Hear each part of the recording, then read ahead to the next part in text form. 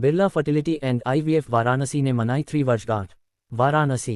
Birla fertility and IVF Varanasi ने अपनी स्थापना के 3 वर्ष पूरे होने पर कार्यक्रम आयोजित किया। Centre head doctor Deepika Mishra ने बताया कि केंद्र का उद्देश्य वाराणसी में ही सभी आधुनिक फर्टिलिटी उपचार उपलब्ध कराना है, जिससे मरीजों को बड़े शहरों का रुख न करना पड़े। उन्होंने कहा कि अब कम उम्र 25 से 28 वर्ष के दंपति भी इलाज के लिए आगे आ रहे हैं और पुरुष महिला दोनों में इनफर्टिलिटी समान रूप से देखी जा रही है। प्रदूषण, तनाव, खराब खान पान और धूम्रपान जैसी आदतों को प्रमुख कारण बताया गया। डॉक्टर मिश्रा ने कहा कि केंद्र केवल चिकित्सीय उपचार ही नहीं बल्कि जीवनशैली और मनोवैज्ञानिक परामर्श भी देता है। पिछले 3 वर्षों में संस्था ने कई जागरूकता शिविर आयोजित कर प्रजनन स्वास्थ्य के प्रति लोगों को संवेदनशील बनाया है। नमस्कार, मैं doctor Deepika Mishra, centre head and IVF specialist, Birla fertility and IVF, Varanasi से। आज 3 साल पूरा होने से क्या कहेंगी और उन लोगों माओं के लिए क्या कहेंगी जो अभी भी कहीं न कहीं भटक रही हैं? सबसे पहले मैं ईश्वर को धन्यवाद देना चाहूँगी कि हमने पिछले 3 वर्षों में निसंतान दंपतियों को संतान दिलाने में जो सहयोग किया, उसके लिए मैं तहे दिल से ईश्वर को धन्यवाद देना चाहूँगी। और हमने जिन पेशेंट्स को बुलाया जो अपने बच्चों को लेके आए थे, उनकी खुशी देखते ही बनती है।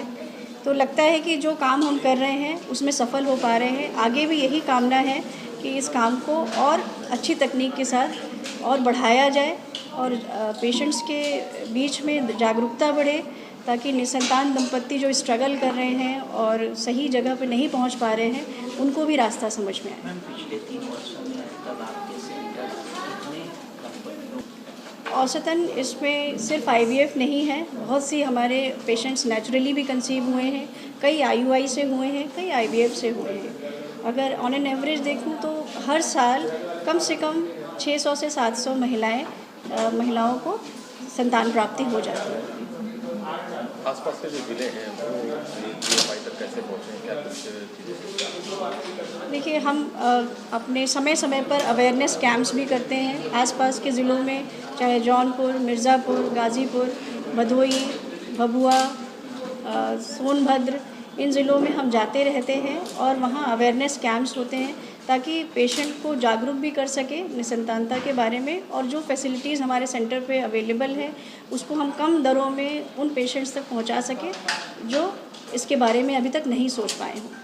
इस समय जो समस्याएं आ रही हैं बच्चे न होने का, देखिए, कारण बहुत से हैं और हर एज ग्रुप में अलग कारण हैं।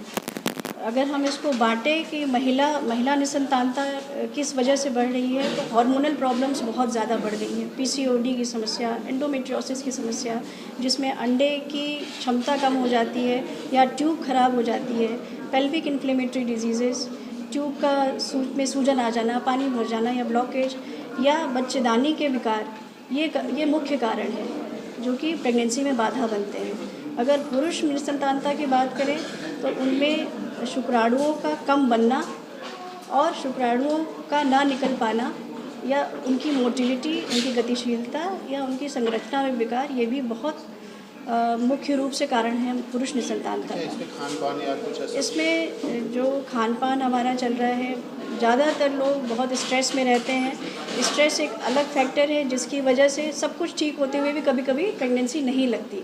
तो हमें अपने स्ट्रेस लेवल को मिनिमम रखना है, संतुलित आहार लेना है, 8 से 10 गिलास पानी डेली पीना है और रात में 8 से 10 घंटे की प्रॉपर नींद लेनी है।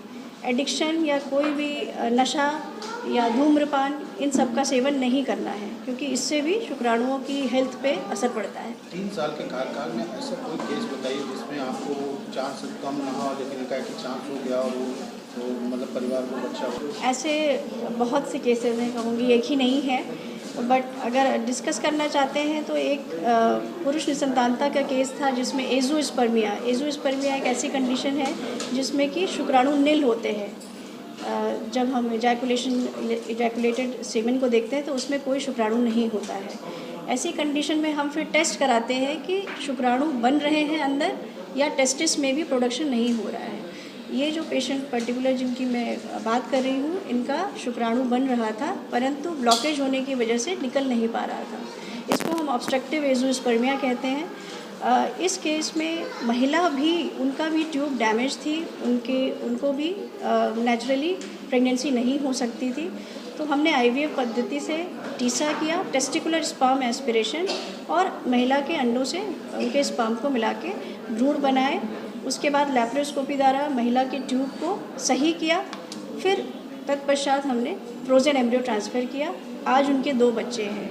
तो ये केस हमें दिखाता है कि अब 8 साल से ये दंपत्ति परेशान थे, उनको नहीं कुछ सॉल्यूशन मिल पा रहा था। वो हमारे पास आए, हमने कंडीशन को समझा और उनको निसंतानता के लिए। लास्ट क्वेश्चन मैम, अब आगे की क्या तैयारी है, क्योंकि 3 साल आपने कार्यकाल पूरा किया, अब आगे कौन सा नया लेके आया, कौन सी चीज़ें? देखिए, भविष्य में हमारी यही योजनाएं हैं कि हम चाहते हैं कि जो ग्रामीण परिवेश है, जहाँ तक अभी ये फैसिलिटी नहीं पहुँच पा रही है आईवीएफ की, उस जगह हम पहुँच सकें, मतलब जन जन तक पहुँच सके और उनको कम दरों में ये अत्याधुनिक टेक्निक हम अवेलेबल करा सकें।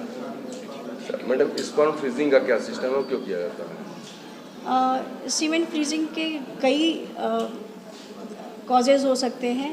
पहला ये है कि अगर पेशेंट का सीमेन एनालिसिस हमने कराया और वो कम आ रहा है, तो हमें इन्वेस्टिगेट करना है कि क्या कारण है, हार्मोनल है या फिर कोई जेनेटिक प्रॉब्लम है या ब्लॉकेज है या क्या समस्या है। समस्या को समझने के बाद, कारण को समझने के बाद हम उसका ट्रीटमेंट स्टार्ट करते हैं।